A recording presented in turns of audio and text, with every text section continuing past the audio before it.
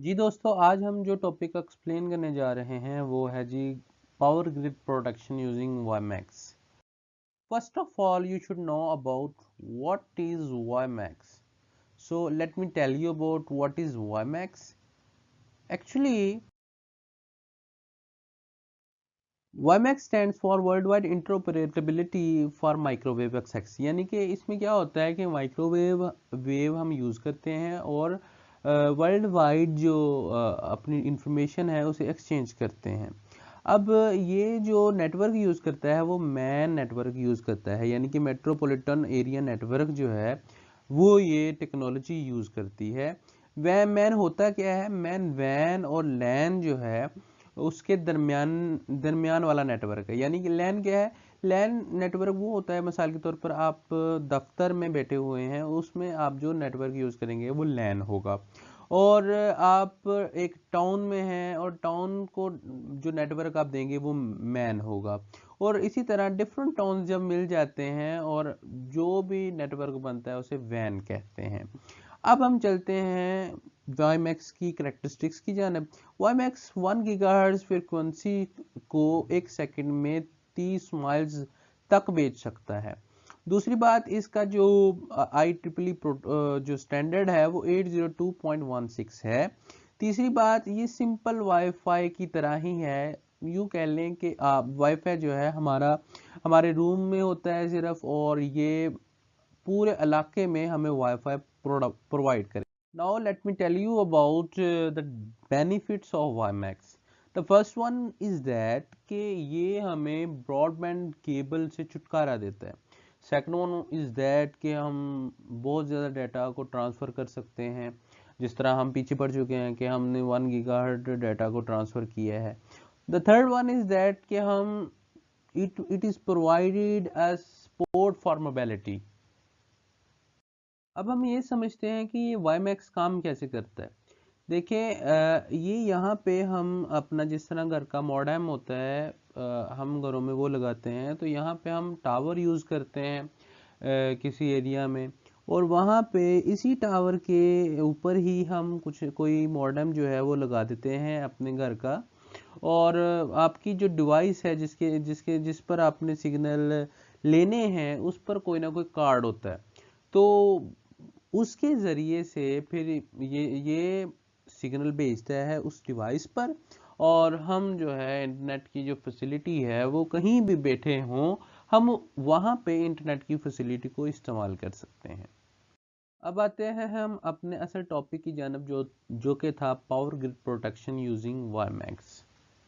हमें grid station में क्या क्या रिक्वायर्ड होता है? हमें सिक्योरिटी रिक्वायर्ड होती है, हमें रिलायबिलिटी रिक्वायर्ड होती है, we want to save the electrical energy, and we want to do the protection,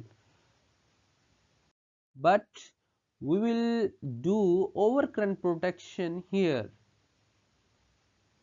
The question is that what we want, actually we want that कि आपका जो फॉल्टी कंपोनेंट है, जहाँ पे फॉल्ट आया है ओवरकरंट का, वो रिमूव हो जाए, और बाकी जो ऑपरेशन है, बाकी जो नेटवर्क है वो डिस्टर्ब ना हो, उनके ऑपरेशन को कोई डिस्टर्बेंस ना आए और वो एज इट इज़ ही चलते जाएं। चलिए, इस डायग्राम में हम ओवर करंट प्रोटेक्शन को समझते हैं कि वो कैसे की जाती है। यहाँ पे फॉल्ट करंट आया, जिसकी वजह से ये आईईडी जो इंटेलिजेंट इलेक्ट्रॉनिक डिवाइस है, इसने सेंस किया कि कहीं फॉल्ट आ गया। इसने इस सर्किट ब्रेकर को ऑफ कर दिया, यानी कि इसकी जो पिंस हैं उसको खोल दिया, जिससे ये जो तमाम कनेक्शन है ये टूट गया है। फिर इसने इस एजेंट को कहा कि आरटीयू के ज़रिए ये जो रियल R1 है, R1 मीन स्विच है, इसको ओपन और क्लोज करके चेक करो कि फॉल्ट कहाँ पे है। फिर ये एजेंट क्या करेगा, ये RTU1 को, रिमोट टर्मिनल यूनिट 1 को ये हुक्म देगा कि R1 को क्लोज करो। जब R1 क्लोज होगा, R1 एक स्विच है, सिंपल एक स्विच की तरह है। जब R1 क्लोज होगा तो अगर तो यहाँ करीब करीब फॉल्ट होगा तो ये फिर से ओपन हो जाएगा, लेकिन अगर करीब करीब फॉल्ट ना हुआ तो ये क्लोज ही रहेगा। फिर ये एजेंट क्या करेगा, ये RTU2 को हुक्म देगा कि आप R2 को क्लोज कर दो। देन क्या होगा कि जब R2 क्लोज होगा, अगर फॉल्ट करीब नहीं है तो R2 क्लोज ही रहेगा, एंड सो ऑन। जब बात यहाँ तक पहुंचेगी कि R24 तक बात आएगी, तो R24 को जब क्लोज करने लगेंगे तो ये फौरन से ओपन हो जाएगा, जिससे पता चल जाएगा कि फॉल्ट करंट यहीं करीब ही है। तो फिर हम क्या करेंगे, फिर हम ये करेंगे कि हम R24 को ओपन कर देंगे, ये जो R3 है इसको ओपन कर देंगे। इससे क्या होगा कि ये लोड जो है, ये वाला फॉल्टी लोड जो है ये रिमूव हो जाएगा। और अब इससे क्या हो रहा है कि अब L जो 5 है, लोड 5 है, उसको भी पावर नहीं मिल रही, यानी कि क्योंकि ये कनेक्शन टूट गया यहाँ से भी और यहाँ से भी। तो अब हम इसको कनेक्शन देना चाहते हैं, ताकि हम चाहते हैं कि ये फॉल्टी लोड जो है ये रिमूव हो जाए, बाकी कनेक्शन चलता रहे। यहाँ तक तो कनेक्शन कायम है, चल रहे हैं। तो हम इस NOP को इस्तेमाल करेंगे, इसका कनेक्शन लगाएंगे, जिससे ये जो कनेक्शन यहाँ से होता हुआ, यहाँ से होता हुआ, यहाँ लोड 5 तक पहुंच जाएगा। तो तमाम कनेक्शन जो है, तमाम लोड जो है, तमाम नेटवर्किंग जो है वो ऑपरेट कर रहे हैं सिवाय इसके। चले अब हम समझते हैं कि ये सारा सिस्टम वर्क कैसे करता है वाईमैक्स के थ्रू। ये देखें, ये वैम है, ये सेंट्रल पार्ट है, ये सारे सिस्टम का सोल है। ये इसे कहते हैं वाइड एरिया मैनेजर। ये रेजिडेंशियल लोड के साथ कनेक्ट है, फार्म लोड के साथ कनेक्ट है, इंडस्ट्रियल लोड के साथ कनेक्ट है, और ये जनरेटिंग यूनिट के साथ भी कनेक्ट है, जिसमें विंड है, सोलर है, और टरबाइन वाला जनरेशन मतलब हाइड्रो पावर प्लांट है, उसके साथ ये सारा कनेक्ट है। ये देखिए, मैंने यहाँ पे फ्लो चार्ट के जरिए भी उस फिगर को शो किया है कि ये एक सेंट्रल पार्ट है जो कि मुख्तलिफ जनरेटिंग यूनिट के साथ कनेक्ट है। और इसमें ये तमाम जो ब्लॉक हैं, ये जिस तरह कंप्यूटेशनल ब्लॉक ये क्या करता है, ये हर वक्त रियल टाइम में जो भी नोड्स हैं इनकी जो कंडीशन है उसको अपडेट करता रहता है।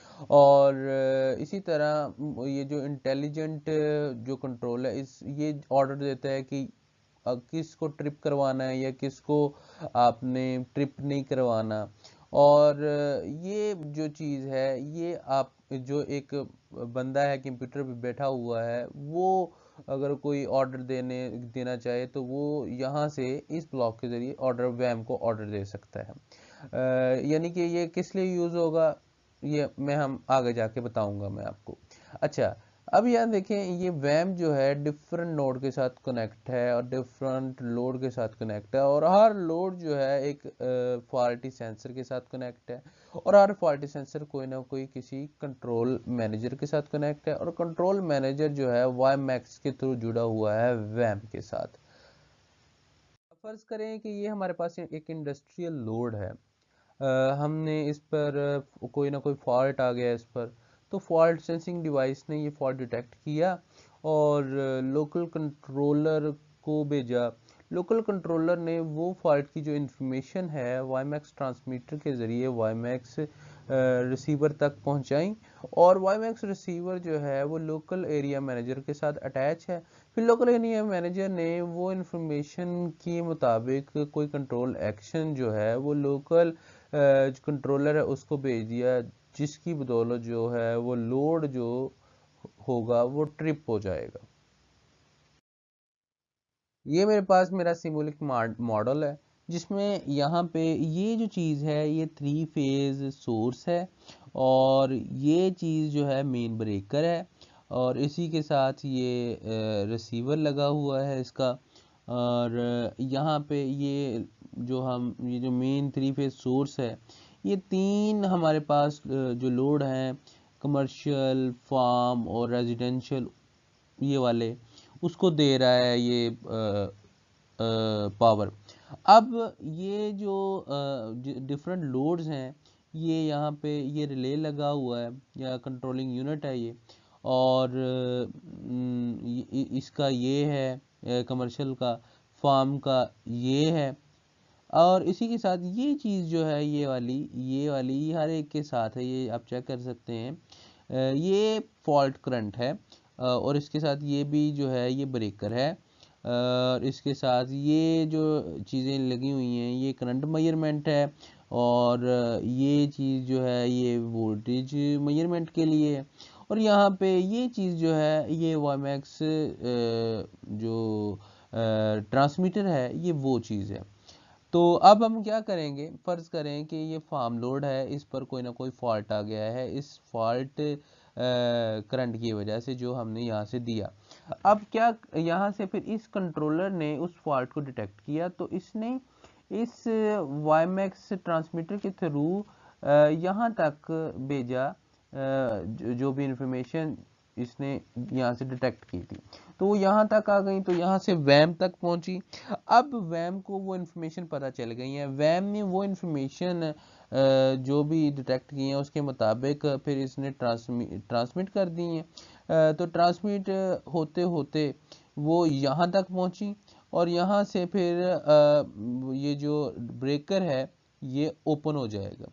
यानी कि इसका फ़ायदा क्या हुआ, इसका फ़ायदा ये हुआ कि आप वाइड एरिया मैनेजर में बैठे हैं, यहाँ पे बैठे बैठे आप ब्रेकर को ऑन या ऑफ या मतलब कंट्रोल कर रहे हैं। तो ये एक स्मार्टनेस है जिसकी वजह से हम जो होगा कोई भी फॉल्टी इक्विपमेंट होगा हम उसको अलग कर सकते हैं, और बाकी जो सिस्टम है वो एज चलता जा रहा है। लेकिन हम यहाँ पे सवाल उठ सकता है कि बाकी सिस्टम कैसे डिफेक्ट हो रहा है। ये देखें, अगर यहाँ पे फॉल्ट करंट आया है तो होगा कुछ यूं कि फॉल्ट करंट जो होता है वो सोर्स की तरफ मूव करता है। तो यहाँ से फॉल्ट करंट आया तो वो उसने सोर्स की तरफ जो है वो मूव करना स्टार्ट हो गया, और यहाँ पे सोर्स जो है बाकी तमाम लोड के साथ अटैच है, जिसकी वजह से बाकी तमाम जो दूसरे लोड्स हैं उन पे भी इस चीज़ का इफ़ेक्ट हुआ है। इस वजह से हम क्या करते हैं, हम इस फॉल्टी लोड को रिमूव करते हैं, जिससे ये जो बाकी जो बाकी लोड हैं वो एज इट इज़ चलते जाते हैं।